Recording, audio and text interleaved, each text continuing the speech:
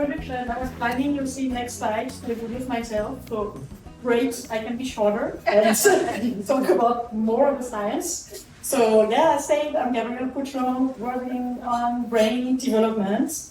Here I said when nature meets nurture, which is basically the focus of what we do when we study neurodevelopment. So what I mean by that is nature as pre-programmed development of our brain, and nature as the component of experience and how that shapes the brain and how it develops. So this is where I'll be quick, because this is what I wanted to share a little bit about myself. Mackenzie said it all. Started there in Paris, shown by this painting, and then all these paths going from, well, France, where I got my bachelor, master degrees, then Switzerland, then US from New York City to Boston, and then back in New York State, but at Spring Harbor there. If you ever visit, maybe you'll recognize Booker House and the harbor. Well, I actually want to pause, and that we've seen Mackenzie. I do want to give a big shout out to my lab that are right there, because none of research could be happening without them. So if you see them, I've seen Boris and Mackenzie was there, you can definitely ask about all of that. So this is the path, and also why did I pick those paintings to represent this drawing? And I picked those because basically my father painted those, and I think they represent very well where I come from and what shaped me into getting interested in the brain. And basically, well, he is still actually an illustrator and a painter, so for a living. So I grew up in a very creative environment. And I think that just art itself, this representation, is fascinating, because just like holding a paintbrush and being able to do this, like that requires skills, and just like motor skill, being able to do it. But more impressive to me is actually the creativity behind, like those paintings and how people create arts is usually an interpretation of the world, how we see it, and then how we show it to the people. So that says a lot about our mind, and this is all originating in our brains. So to me, that's fascinating. And what we study is not just that, how it's produced, but maybe how do we become adults and being able to do this, because when we're born, this is not happening yet. So I can start with this, with the brain first in general, not in development. This is actually, the brain is very hard to study by default, which also means this is why we really need to spend time trying to understand what's going on. Basically, the brain is a very complex organ where you may know that the cells that constitute the organ are primarily neurons that I put there, and there are billions of neurons in the brain, and they form trillions of connections between each other to create specific networks. And this is already very hard to map and understand how those networks are what makes us like behave and being able to create those paintings. And then it's very hard as well because the skull is basically protecting the brain. We don't really have such easy access. How do we get there? And if we get a biopsy, that would be only like extreme case, and even that, you can't really match behavior to those neuron and network. And so to emphasize even more the complexity and how subtle or those encoding of behavior in those brain, I'm going to talk about neurodevelopmental disorders, but also neurocondition, like attention disorders, or like here I'm going to specifically talk about autism. When you think of those conditions, this is actually, there is nothing so obvious in the brain that I represented there. There is no like gross morphological defect. This is not neurodegeneration. This is just a difference in the brain. And so we know that there is a genetic component to autism. There is, for example, get twins, identical twins. We know that if one of the twins is diagnosed for autism, there is like 90% chance that the other one would. That's for the genetic contribution of this. But then the way they manifest the expression of the autism can vary greatly. It's hugely different, and that tells how complex it is to even categorize, like what do we call that disorder, what is it, a divergence, what's going on in the brain.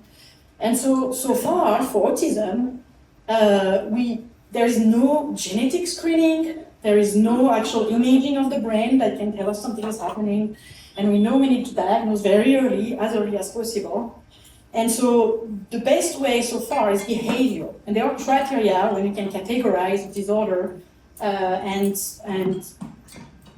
like try to define in what group and how we can compare. So I'll give you an example here, first to show what type of behavior, how we can try to read the mind, but also I will do this example to show you how subtle changes that fills in the criteria can actually shape, again, who we are, but also then how we're going to interact in our society with some rules and how that can actually impair some of our behavior. And those are small changes. You could see that with this is an experiment in human research, basically where pictures were presented to individuals that were categorized in two groups, a control group, and then a group that was diagnosed with autism, and that's known in the adults. And basically the eye tracking is like literally following the eye gaze on the picture, and then you actually don't need your words. Basically, the eye tells you how much you spend and how you're reading those images, so how you read the world and interpret it. And so it tells us way more at the end than trying to express criteria or what's going on. And that has been a way actually trying to develop to diagnose, because we can quantify this. And so you see this in the image. There is basically a heat map on this that shows how long the eye spent on each of the region of the picture. And so you can, the red is basically like the longest time they spent looking at this picture, the blue the lowest, and then if nothing is like barely look at it. And so you can see on the control side from the left that basically people spend so much time looking at faces of the people, a little bit on the label. And then the second one is very obvious, it's the face. I mean, we're social species, right? We look for interactions, and this is basically what we can see there. Or the animal, there is the elephant. And if you look at the other side, so people that are diagnosed with autism, you can see that there is the same global pattern. So that's why I'm talking about subtle differences. There is not like something entirely different that we can describe and then understand better. But with this quantification, you can notice that they spend less time on the face of the people, but more on the labeling. And I think the second image is also very interesting, because you can also see that, no, there is social interaction, you do notice the people, you don't look at them, but one is facing, not the other one, and they spend as much time, if not more, on the one who's not facing. And so that says a lot about, again, small changes in behavior that actually can lead in a whole individual. And again, I was telling you, if we look at the gross morphology of the brain of people diagnosed with such neurodevelopmental condition, you would not see anything major. It all happens in those little functional units, the neurons, and how they make those connections. And so those are small differences, and that is what is hard to catch, what's going on. And it has been shown, research has shown that people diagnosed with autism tend to have more of those connections than the other people.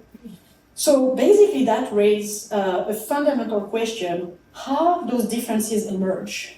How can we catch that? And I think here, what I'm talking about, I need to recognize that this is a neurodevelopmental disorder, so there is the word development in there. So we need to look at when this is emerging during development, what is happening in this? And so this is when we start getting into what I put in my title, the nature and nurture. During development, this is when those connections are formed, and this is when we interact with the world. And so a good way to think of this interplay, nature, nurture, and development, is actually not even thinking of disorder here, but even our behavior. We have innate and then learned behaviors. So we can think of this as like nature and nurture. Basically, nature is all the genes, the genomes we have that encode us, all of us.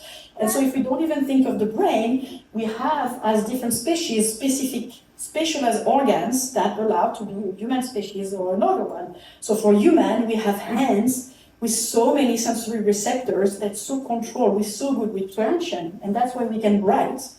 With the tiger, that would not be really the case, but they have the claws, they can hunt, they also have a digestive system to digest meat, and it's the same for the brain. The brain is hardwired in a way that we have a human brain, not another one, and that's encoded with nature, the genetics. But then there is nurture. And so this is what we can see with development with all of those species. So many of those behaviors, talking about development, you see. So at this stage, you cannot talk yet. You cannot pronounce the specific words. You have to learn, and it takes some time. And so indeed, riding, chasing, you gotta learn this with the exposition once you're born to the environment. Even species that are born way more functional than we are as humans when we're babies. And so this is exactly where I want to go. With humans specifically, I would like to show how, the extent, the remarkable extent of development as human species, when we're born until when we're adult and actually have function. And so for this slide, I killed 2 birds with 1 stone. I basically avoided image rights, intellectual property issues, and running my own experiment. I had a baby. I can now present this with no challenge. Though experimental limitation, I cannot present the adult stage yet. It's not there yet, and I cannot make it faster. And I don't want that, because I want development to happen properly. But I think this is a great illustration of only in 3 years here, not even the adult stage, how much happened. At 1 month old, you can see that, there are basic movements, not really controlling those movements, even exchanging gaze with baby, it's getting there, but you have to really look for it. So it's almost basic. Well, we're not functional when we're born. We cry and eat. And 4 months old, only 3 months later, you already see that there is much more happening. He was able to grab the toy. He's chewing on the toy, so having so many of those sensory inputs coming in, because he's able to have the motor action and bring it to the mouth. So there is already tons happening. And at 1 year old, huge increment. That's basically, I like this video because you can see not only standing, starting walking, sure, but you can see how he can predict the trajectory of the ping ball. He's able to know that the ball is rolling, to come towards him and actually predict the moments when he wants to catch that ball. But really, no motor coordination yet. Oops, missing it. Every time it's late. But every time as well. But then by 3 years old now, he's actually able to hit a ball with a racket. So there is so much more coordination here, jumping, running, and yet not an adult at all, I'm telling you. And so there is so much happening. So what I hope you can appreciate with that is the extent of the development and all of those little steps we have to make to develop and have our proper behavior that are encoded with the brain. And so during this time is when we are interacting with our environment and learning. So what's happening in the brain?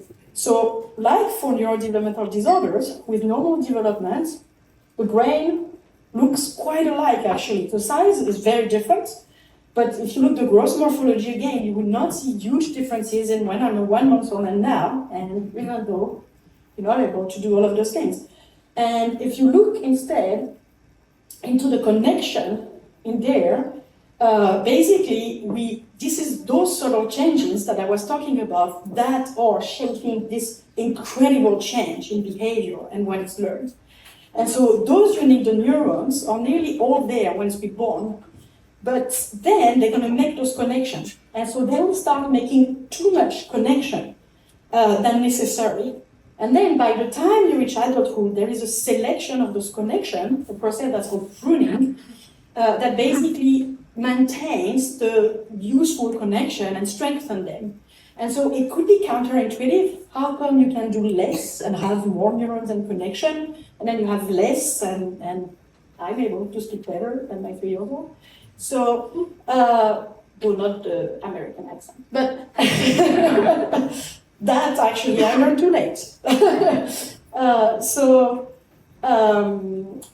basically this is counterintuitive, but I think a good way to think of it is like, if you're a writer writing an essay, you have to put all your ideas out there. They all seem great, like this is just whole tons of paragraphs with all your ideas and you're trying to write a story, then you need to cut out some points that at the end seem irrelevant, not as necessary or as strong for the story. So you're going to cut out those words and those paragraphs and then work on the important ones to strengthen them. And it's the same. You basically specialize those connections to be useful and do something at very fine level, and you eliminate what is not really used. And so, actually of note, like I again was trying to make you appreciate how amazing his development, and that almost led us to think that he's a genius. He's not. Normal, typical development is amazing. That's it. So that lead me again, like the extent, the how long those development steps take opens windows of opportunity, of learning, but vulnerability as well. And so this is the time when this happens are called critical periods of development or critical periods of plasticity.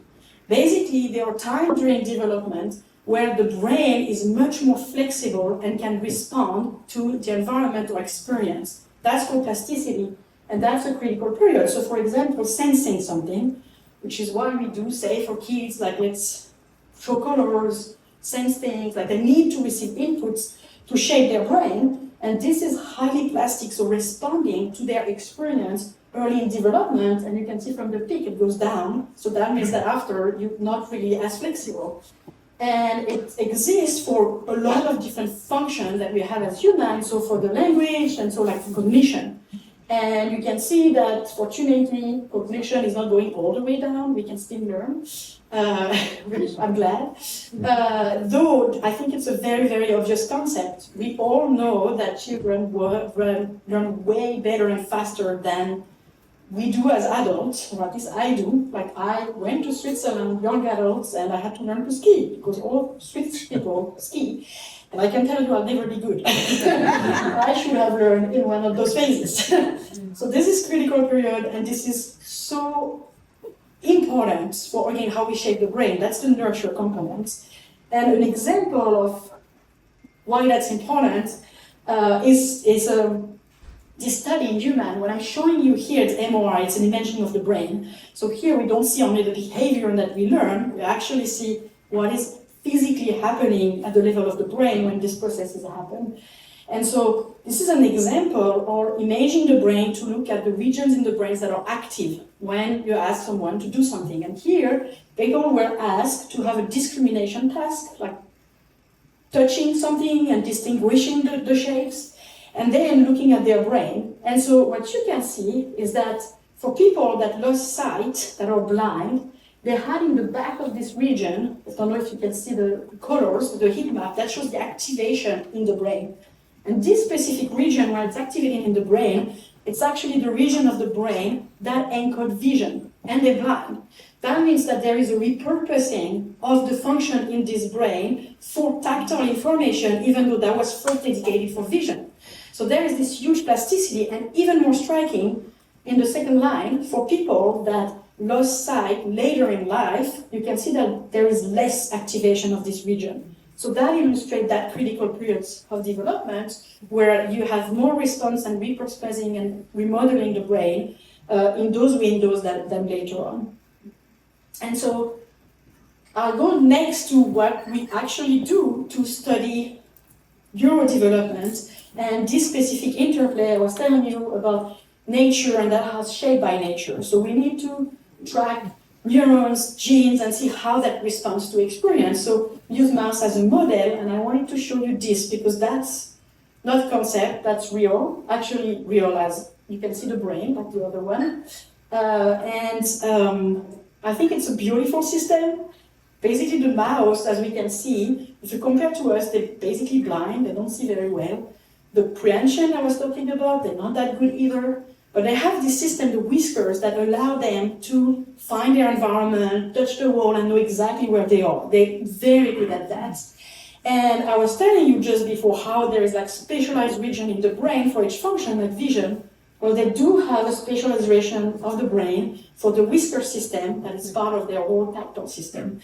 And what you're seeing here in red is an actual image of the brain, of the mouse, of that region, and labeling for those neurons and connections that receive inputs from the whiskers, their sensory inputs. And you see that the whiskers of the mice, the whisker part is highly organized, like a grid, like a battleship grid. You have like A2, C3, etc. And so you look at the brain, it's organized in the exact same way, and this is the brain, like this is related at many, many steps, all the way up. And so this is a highly beautifully organized system, and what I love about this is showing critical periods again and how the brain is plastic.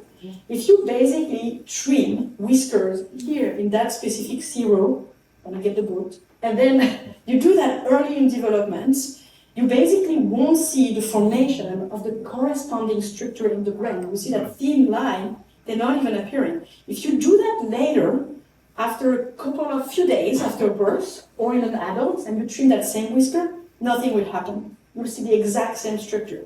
There won't be remodulation of the brain and their circuits. And so that's basically what we do.